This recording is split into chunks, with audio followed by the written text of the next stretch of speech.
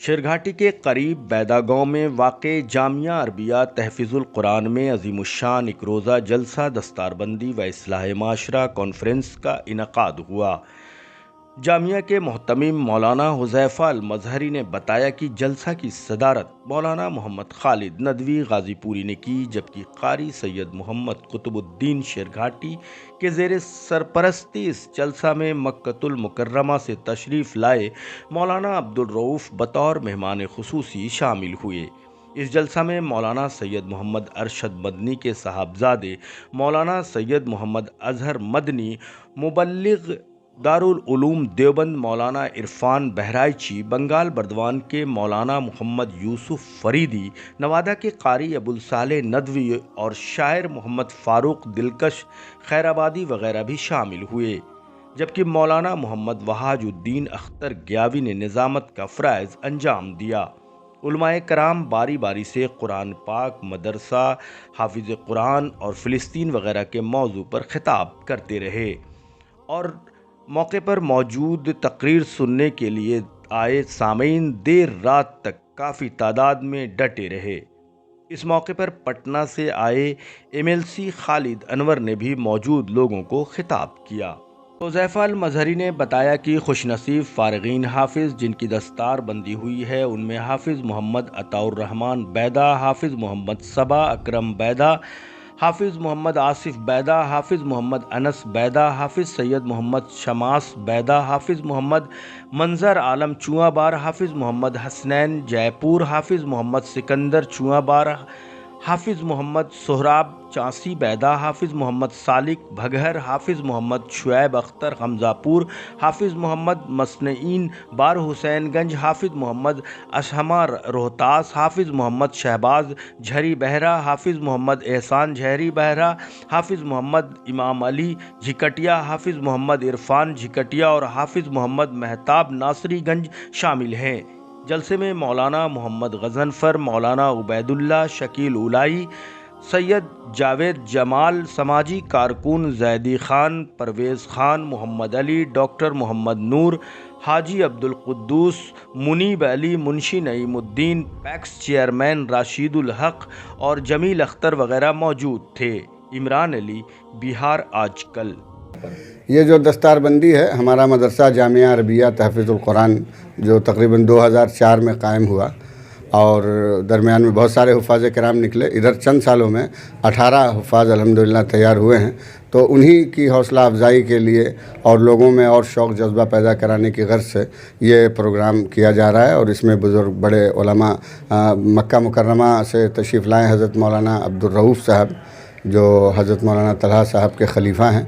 بڑے بزرگ خانوادے سے تعلق رکھتے ہیں۔ اسی طرح سے حضرت مولانا اظہر مدنی صاحب جو حضرت شیخ الاسلام حضرت مولانا حسین احمد مدنی رحمۃ اللہ علیہ کے پوتے اور حضرت مولانا ارشد مدنی رحمۃ اللہ علیہ جو امیر الہند ہیں ان کے صاحبزادے ہیں، اور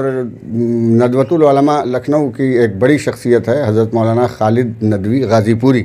مدد اللہ، وہ بھی اس پروگرام میں تشریف لائے ہیں، اور اسی طرح دارالعلوم دیوبند کے بڑے مبلغ ہیں حضرت مولانا عرفان بہرائچی صاحب، وہ تشریف لائے ہیں، اور دیگر بہت سارے علماء ہیں اور جو تشریف لائے ہیں الحمدللہ ہماری دعوت پر، اور ہم سبوں کا شکریہ بھی ادا کر رہے ہیں، اور عوام بھی پورے طور پر جو دور دور سے علاقوں سے تشریف لائی ہے ان تمام عوام کا ہم شکر گزار ہیں کہ وہ ہمارے ادارے کی دعوت پر وہ تشریف لائے،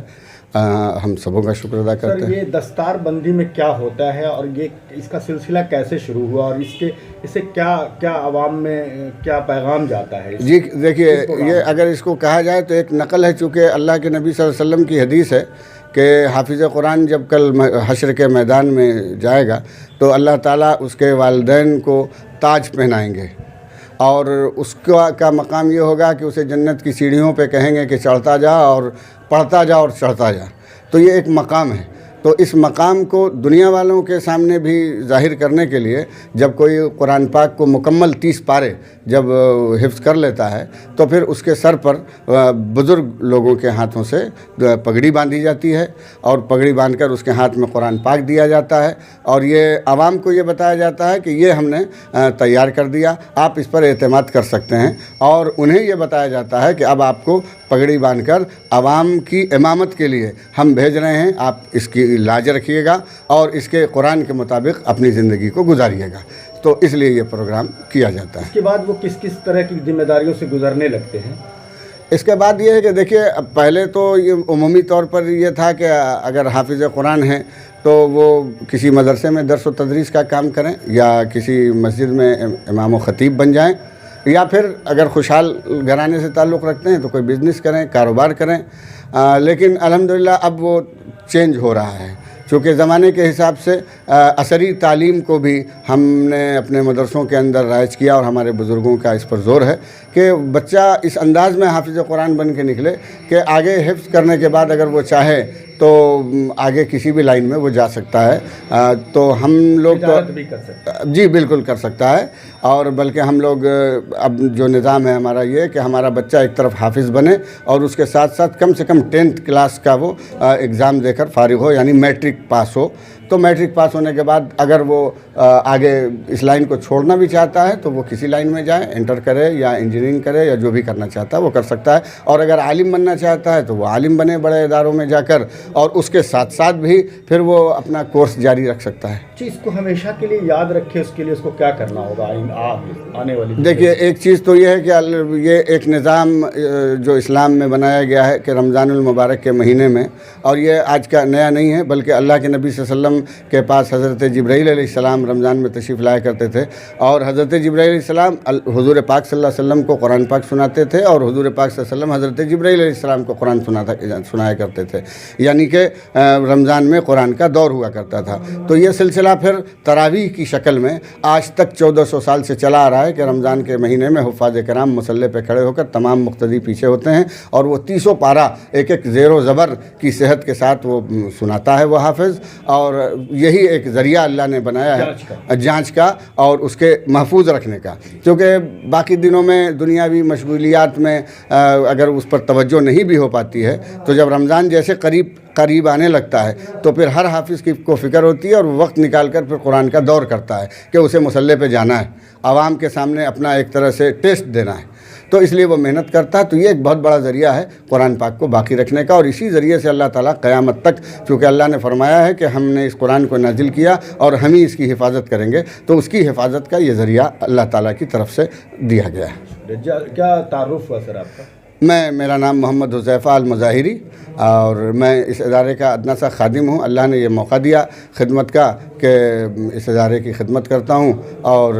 عوام کے سامنے جا کر عوام سے جو بھی تعاون ملتا ہے، عوام کے تعاون سے اس ادارے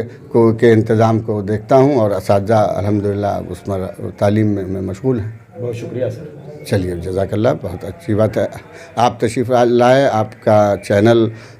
کے ذریعے سے یہ پیغام پہنچے، اور جلسے کا مقصد ہی یہی ہے. تو جتنے لوگ آئے ان تک کی بات ہماری پہنچی. مزید آپ کے چینل کے ذریعے سے پورے ہندوستان میں، پورے ملک میں، پوری دنیا میں یہ پیغام جائے کہ اس طرح کے پروگرام سے لوگوں کو جذبہ پیدا ہو، وہ لوگ بھی اپنے بچوں کو قرآن